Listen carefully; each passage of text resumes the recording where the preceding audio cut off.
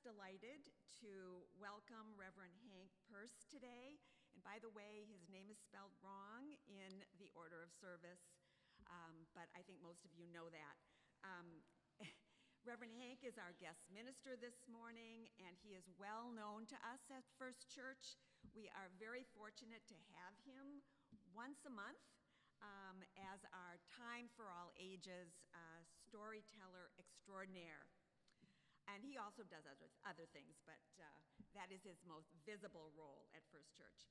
And he has served a number of churches in Maine and Massachusetts. He lives in Medford, and we know he's a very proud parent, and he just brought his younger daughter to her first year at Tufts. So this is our last summer service in Hale Chapel. Next Sunday will be our final porch gathering of the summer, and that's held in lieu of a service, and it's very informal. Come for conversation and community, and it will be led by Barbara Martin, and it will be interesting. She didn't want me to say that, but I will. And enjoyable, and everyone's invited. On September 7th, we will be returning to the sanctuary for Charter Sunday, and that will be led by our senior minister, Reverend Dr. Stephanie May, who is with us today and making sure that we have AV. I know that there's an announcement from Rosemary about the Social Justice Committee meeting today.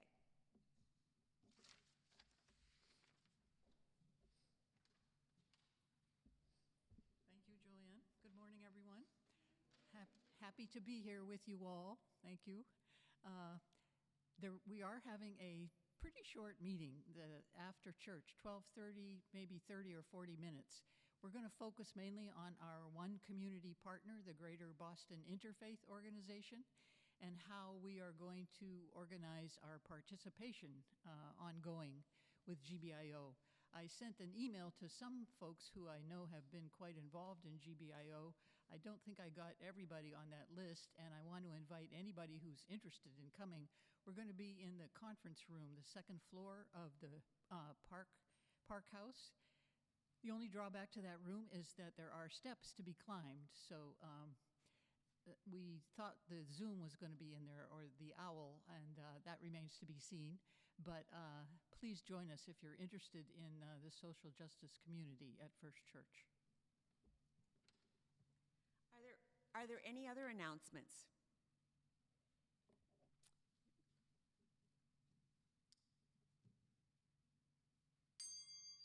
Let our service begin.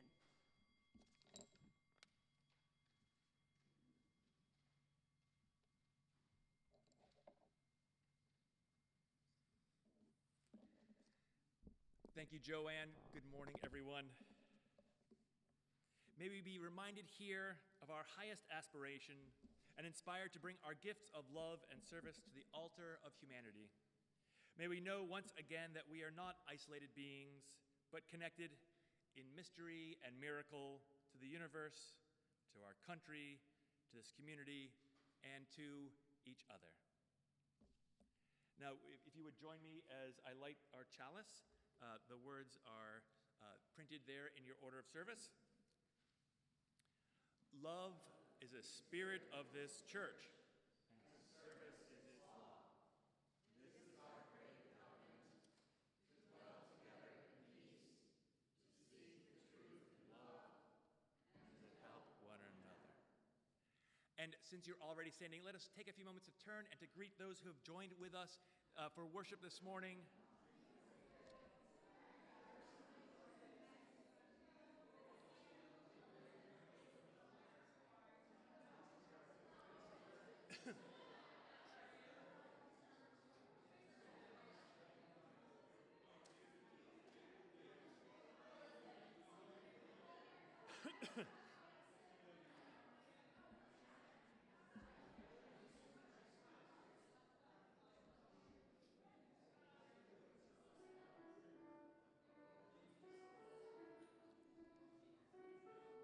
Please remain standing if you're able. Our first hymn is number 126 in our silver and gray hymnal, Come thou font of every blessing, 126.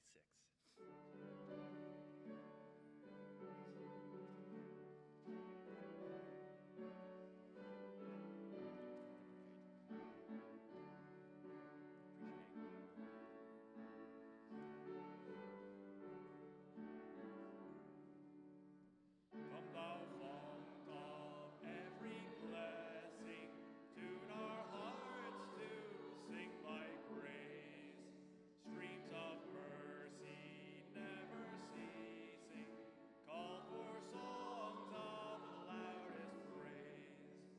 While the hope of love's perfection fills our hearts with joy and love, teach us never to be faithful, make we still our goodness prove. Come thou fount of every vision, lift our eyes to what may come. See the lion and the young lamb fell together.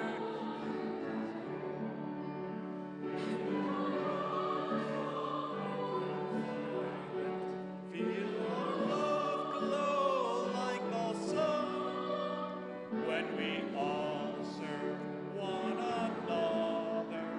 Then our heaven is begun. Come thou fount of inspiration, turn our lives to higher ways.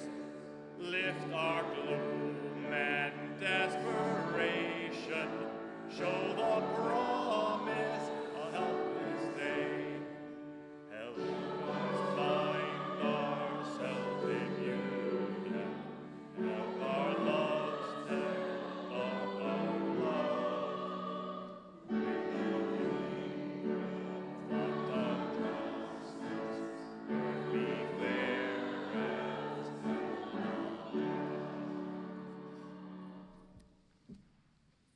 You all sound fantastic. We have a responsive reading, so please have a seat. But if you turn in the same hymnal to number 576, Frederick Douglass wrote these words, "The Limits of Tyrants." 576. 579. Oh, no, thank you for people who knew I was trying to trick you. No, 579. If you would, I'll read the bold print, and if you would respond with the italicized lines. Those who profess to favor freedom, yet deprecate agitation, are people who want crops without plowing up the ground.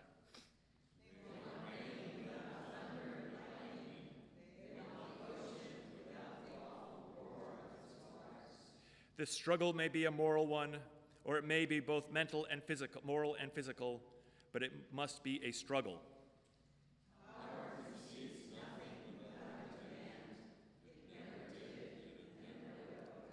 Find out what people will submit to, and you have found out the exact amount of injustice which will be imposed upon them.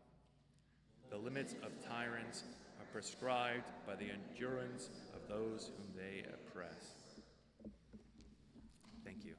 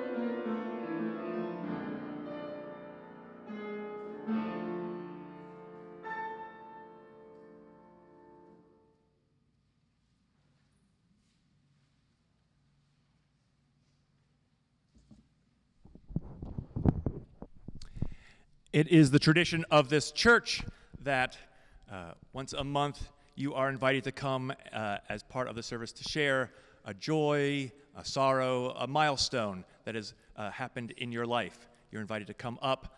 I will hand you the mic. I'll do a little Phil Donahue here and pass the mic over. And you're invited to take a stone and to drop it in the water and share your joy, sorrow, or milestone, or not take the microphone and do it in silence. And I'm going to begin us by just dropping a stone in for the Reverend George Whitehouse, who had been a community minister at Arlington Street for over 6 decades. He actually grew up at the church. He grew up there and just passed away, died this past week. And so the first stone is for George. If you are so moved, please come forward.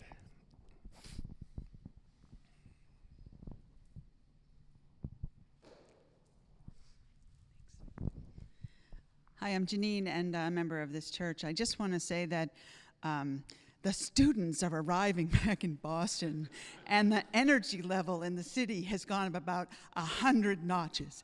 And I look forward to this part of the city experience every single year. So I invite you to get out and just soak it all up. There's just so much energy, and it's such a pleasant time to be in the city. So that's my joy.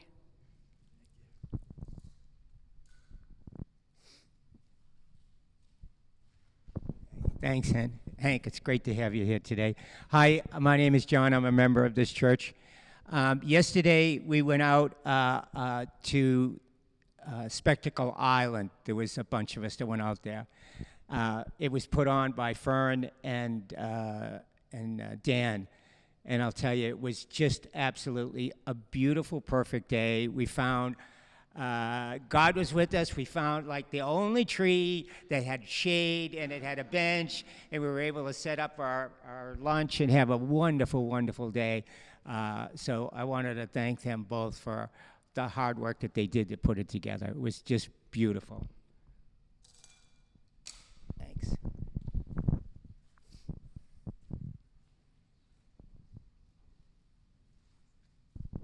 I wanted to follow up on Janine's comments because that was what I was going to say is the excitement of the students, but it was really a way to brag and share the exciting news. My son started at Suffolk Law this 2 days ago, and so he's already eyeing my parking spot downstairs. So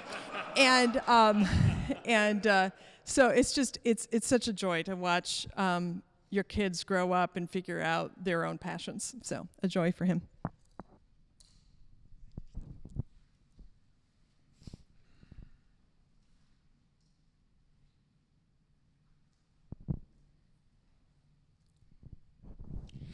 Well, I would like to share a joy, if all goes well, and I underline if. Anna will be coming home August 29th.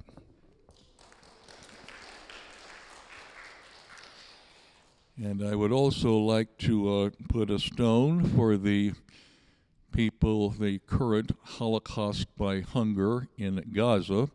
And I am still waiting to hear the people who follow the rabbi who's fed the hungry to protest and see that the Palestinians are fed. I will hope to hear from them shortly.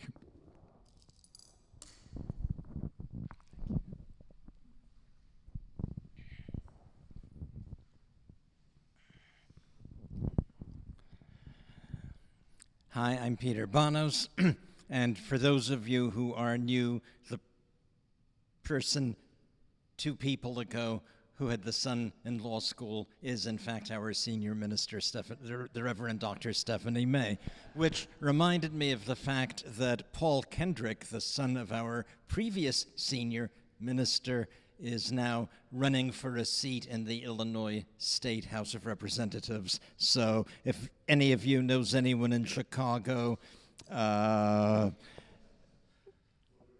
12th district, we can endorse people now. It's legal. But in any case, personally, regardless of who wins, we wish him the best. Pebble.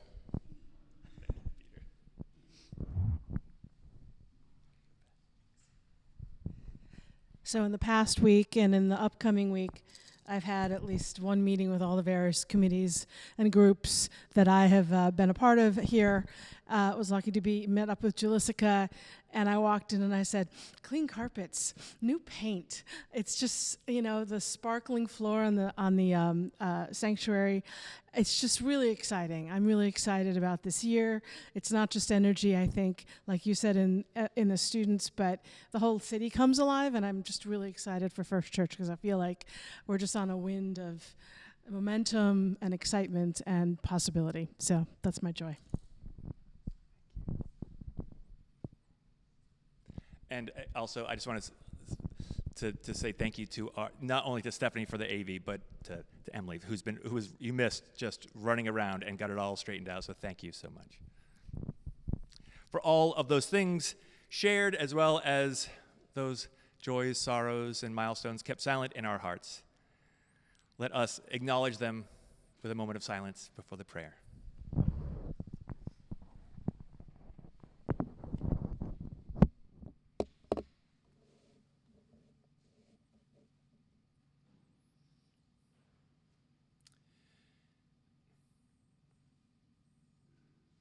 O thou eternal one, whose dwelling place is in our hearts and in all the boundless universe, may the consciousness of your presence fill our hearts and minds and give us comfort and strength. May we be saved from the mistake of those who thought themselves serving the truth when they suppressed the light. May we search humbly and with breadth of mind and spirit for the truer way. May we be saved from the error of those who, by thoughtless condemnation, unthinking epitaph, or selfish opposition, have weakened the arms and chilled the spirit of those who work for good. When compelled to differ, may we err on the side of being charitable rather than condemnation. Above all, may we not bring upon us the blood of all the righteous by renewing the spirit of those who persecuted them in the past. Amen, and blessed be. At this time in the service, you are asked to give of yourself. All that this congregation has, we bring to it. The offering to support this place will now be given and joyfully received.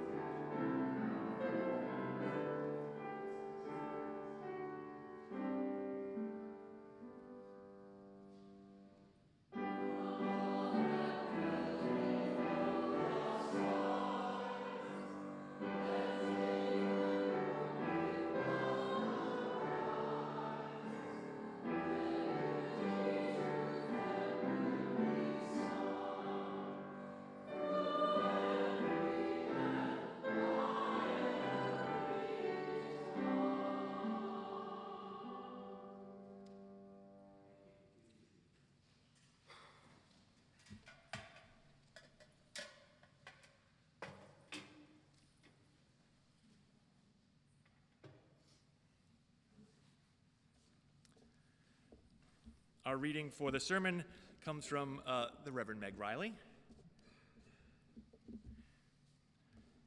The older I get, the crankier I am about fear. My own fear, other people's fear. I can see it back across decades to all the times when I have stood up, moving my lips soundlessly like a cowardly lion in The Wizard of Oz, while some disembodied voice thundered, "Quiet!" And way too many times I have obeyed that formless voice. Audre Lorde wrote an essay entitled "The Transformation of Silence into Language and Action," right after her cancer diagnosis. In it, she said, in becoming forcibly and essentially aware of my mortality, what I most regretted were my silences. Times when I had waited for someone else's words.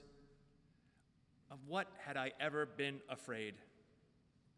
I was going to die, if not sooner than later, whether or not I had ever spoken myself.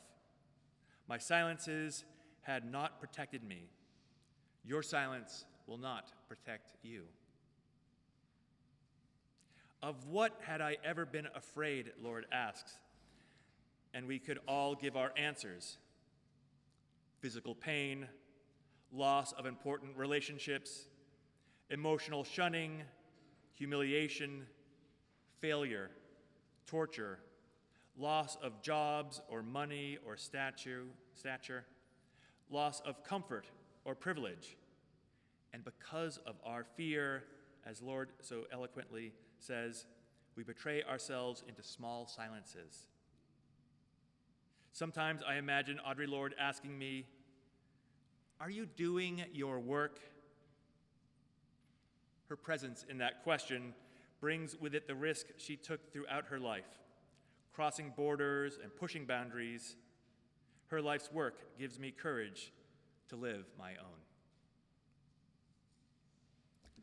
Our hymn before our sermon is number 318 in your silver and gray hymnal, "We Would Be One." This was written as the LRY hymn, the Liberal Religious Youth Hymn, and is here in our hymnal with one word change, and that's fine. It's a lovely hymn. You will recognize the tune if you don't recognize the words. 318, "We Would Be One." Please rise as you are willing and able.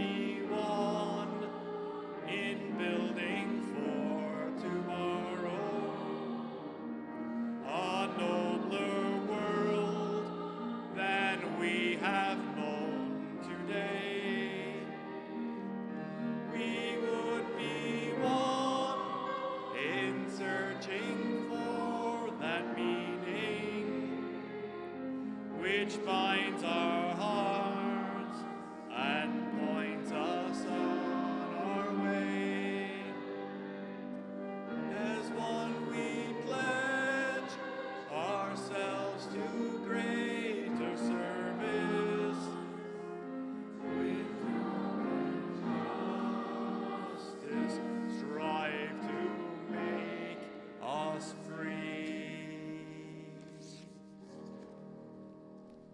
Please be seated.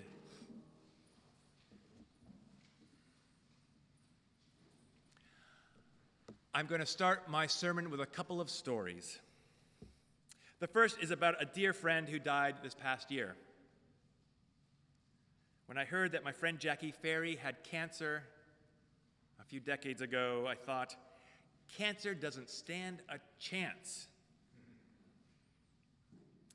Now, Jackie Ferry's name might be familiar to some of you.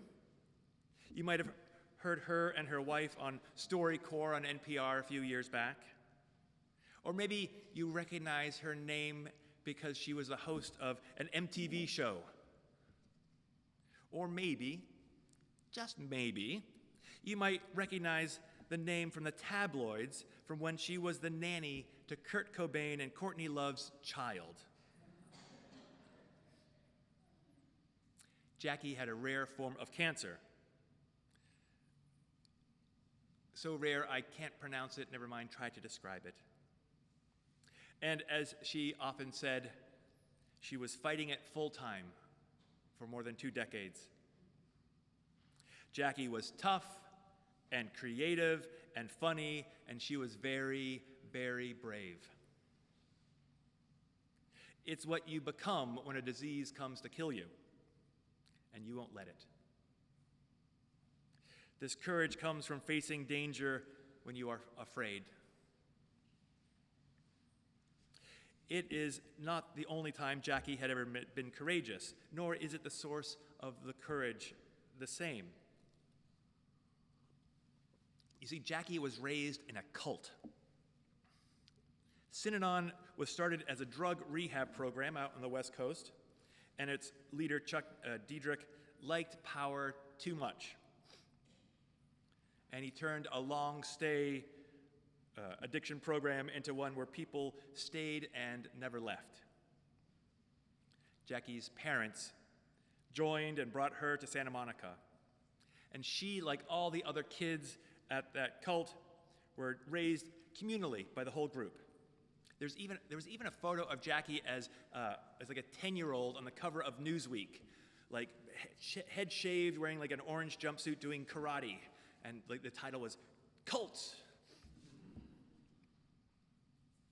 She grew up doing what she was told, believing what she was taught, and then when she got a little bit older, like 12 or so, Chuck, the leader, it was discovered that he was having an affair with someone else's spouse. And so he decided, once faced with this, that really everyone's marriage should be dissolved and that folks should switch mates on a regular basis. Jackie would even sometimes sing you the little song that they sang as they switched mates. But Jackie would also say that she remembered hearing what was going on and thinking that it just didn't feel right. It felt contrived. It felt wrong. Then a year later, she overheard that Chuck wanted to start including some of the teenagers in this mate-switching event. Well, that was the moment, Jackie said, that was the straw that broke the camel's back. She went. This cult had an enormous piece of land, and everybody lived there, and there was speakers wired into each of the apartments where everyone lived. And there was a radio house, a little broadcast room, which enabled everyone to find out what was going on and when to go to meals and when to other things. And Jackie went to this little broadcast room and told the person there that Chuck wanted to see them. And so this person put on a record and left, and as soon as they left, Jackie locked the door and barricaded it, and for, I think, about 10 hours, she told the people what she really thought about Chuck. All her years of waiting and hearing, and she just let it all out. It took them 10 hours to break down the door and to get her off. That night, she was kicked out, and on her way to her grandmother's house on Long Island. She went alone as her parents decided to stay. Do you see what I mean when I said that cancer didn't stand a chance against Jackie? Now, the thing I find interesting when I look at these two different examples of Jackie being brave is that they were motivated by two different things. The first was out of a fear of death. The second comes from having a strong moral compass. As Reverend Meg Riley said in her reading, of what have I ever been afraid of? And we could all give our answers. Jackie's courage to face cancer comes from the overpowering fear of death with the knowledge of the joy of life. Now, the second story I want to tell you comes from the author Rebecca Solnit, her book, which is entitled A Paradise Born in Hell. It's a story of that those of us in Boston know a little bit about. It's a story of the explosion in Halifax, Nova Scotia on December 6th, 1917. It was a collision of two boats, one packed with ammunition, getting ready to sail across to the battlefields of the First World War. And these two boats collided there in the harbor, and 3,000 tons of explosions happened. It knocked all the water up out of the harbor into the sky, and it came crashing back down. Every structure within a mile was flattened. Hundreds of acres caught fire around the cities. 1,600 buildings were destroyed. That 40-foot tidal wave, more than 1,500 people were killed, 9,000 injured. And just as people were starting to get their heads straight after this enormous explosion and destruction, a blizzard struck. The authorities in Boston learned about the disaster via telegraph and quickly organized and dispatched a train around 10 p.m. that night. The blizzard delayed the train, but it finally arrived 2 days later, on December 8th. And they immediately began distributing food and water and medical supplies. Every person on that train, even the train conductors, everybody was out helping people.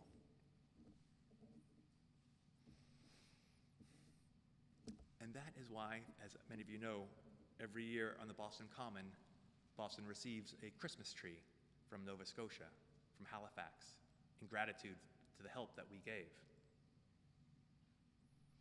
But of course, it's not like we were the only ones who responded. And of course, the people who were right there on the ground, they were the ones who responded first. They rushed in and did the things that needed to be done. All of the conventions of people and social status, all those things went out the window. Soon, fine, proper English Protestant women who would never be seen in the Catholic neighborhood were bringing in orphaned Catholic children into their homes and feeding and raising them. Every social division was wiped away with, and people of every stripe joined in to aid. Disasters don't sort people out by preference. They drag us into emergencies that require that we act. And we act selflessly, bravely, with initiative in order to survive or to save our neighbors, no matter how they vote or what they do for a living. As Rebecca Solnit points out, this is not something that happened only after the disaster in Halifax, but happens after every disaster. Earthquakes in San Francisco and Mexico City, the hurricanes in New Orleans, New York after 9/11, Los Angeles after the fires. People rush in. People forget about all of those social structures all the things we've been told we shouldn't do or shouldn't say, or the people we shouldn't talk to, they all melt away. Soulnet even says that perhaps that's how people really are. And it's only after some enormous event that we forget that what it's like to be human. But soon we fall back into those social structures which were placed there by culture and conformity, and that we are told is how the world works. Disaster movies and media companies continue to portray ordinary people as hysterical or vicious in the face of calamity. And we tend to believe these people telling us that we are the victims or we are the brutes. We believe them more than we trust our own experiences. Even after we've seen people treating each other with kindness, we will change our own beliefs because of what someone says on TV or the internet.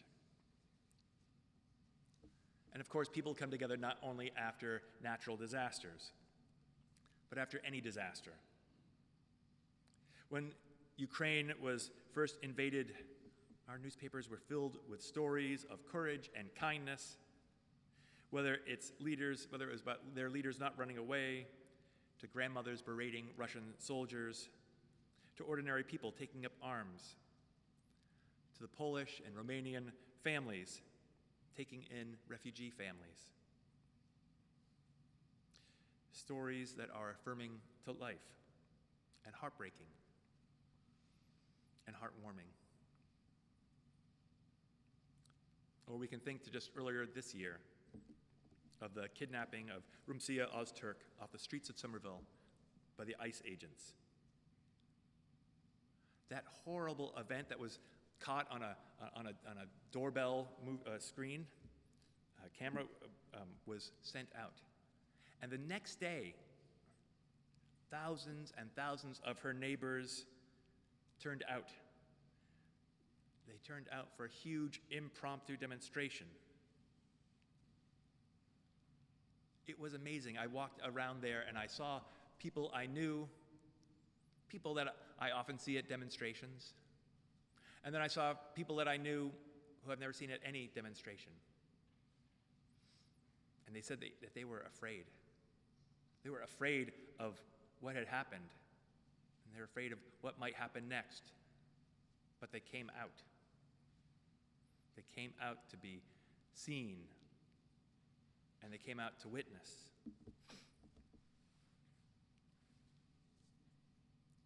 We are living in a disaster right now. Sometimes it's happening quick, sometimes it's happening slowly. Our nation is in a crisis and it will only get worse. And so we need to be brave in the face of it. The Reverend Galen Gingrich says, "Courage is the ability to see good afar off and take a step towards it, despite the obvious risks.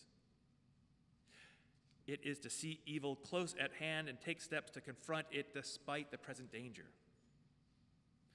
To know courage is to know a calling that is greater than fear."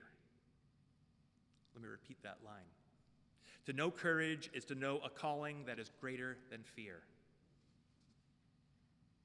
So there is courage born of a physical threat, a natural disaster, a deadly disease, or an invasion of a neighboring state, which allows someone to master their fear. The other is moral courage, born also from fear, but even more so from having a deep understanding of right and wrong, and being compelled to act from that place. That's often called having a strong moral compass. You see, courageous acts not only make us better at being, well, courageous, they also help us to make ourselves more ourselves. By going through a process of facing our fears, of standing up for what we believe, we become more ourselves. Through the willingness to risk, to act from one's own integrity and moral courage, we find something unshakable, a strength in the middle of fear, like standing on bedrock.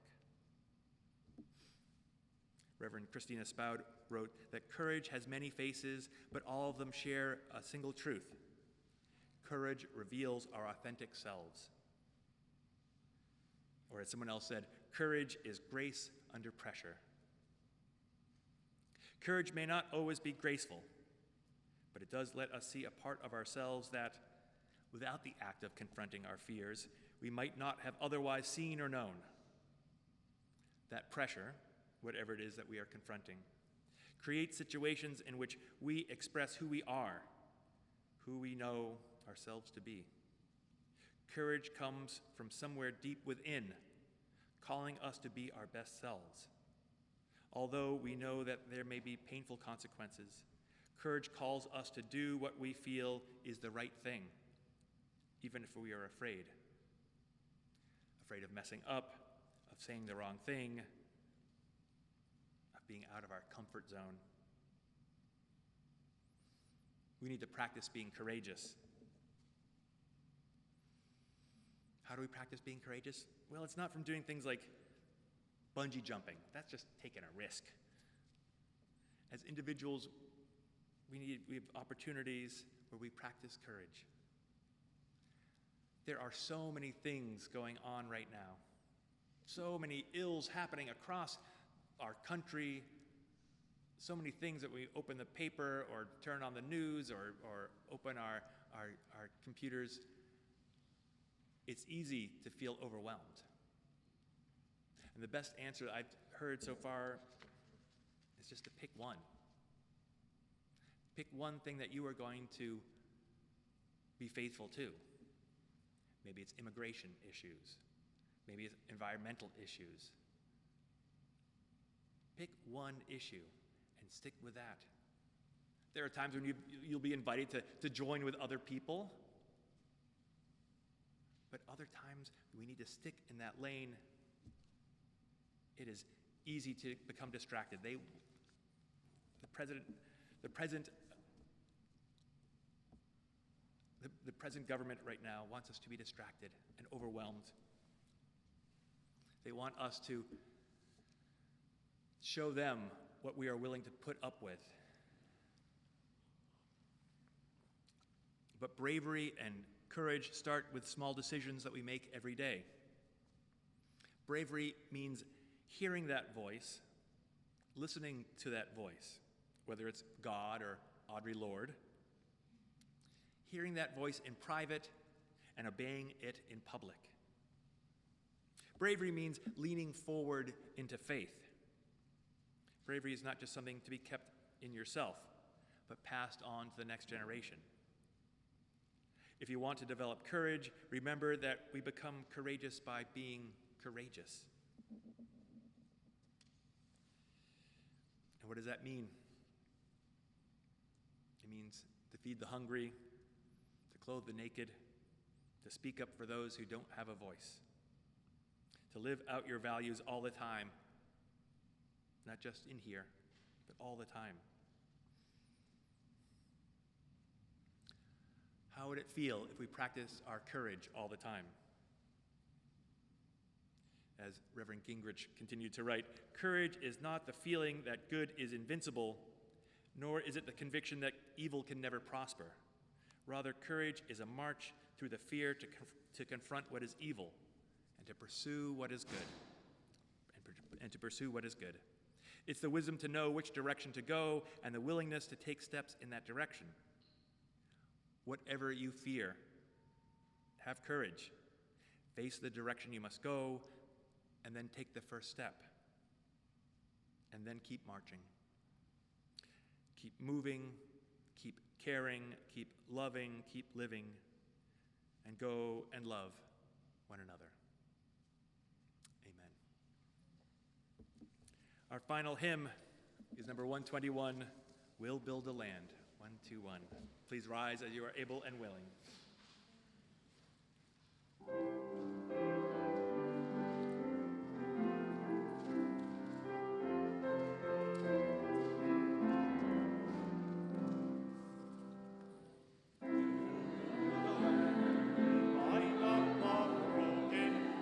We'll build a land where the captives go free.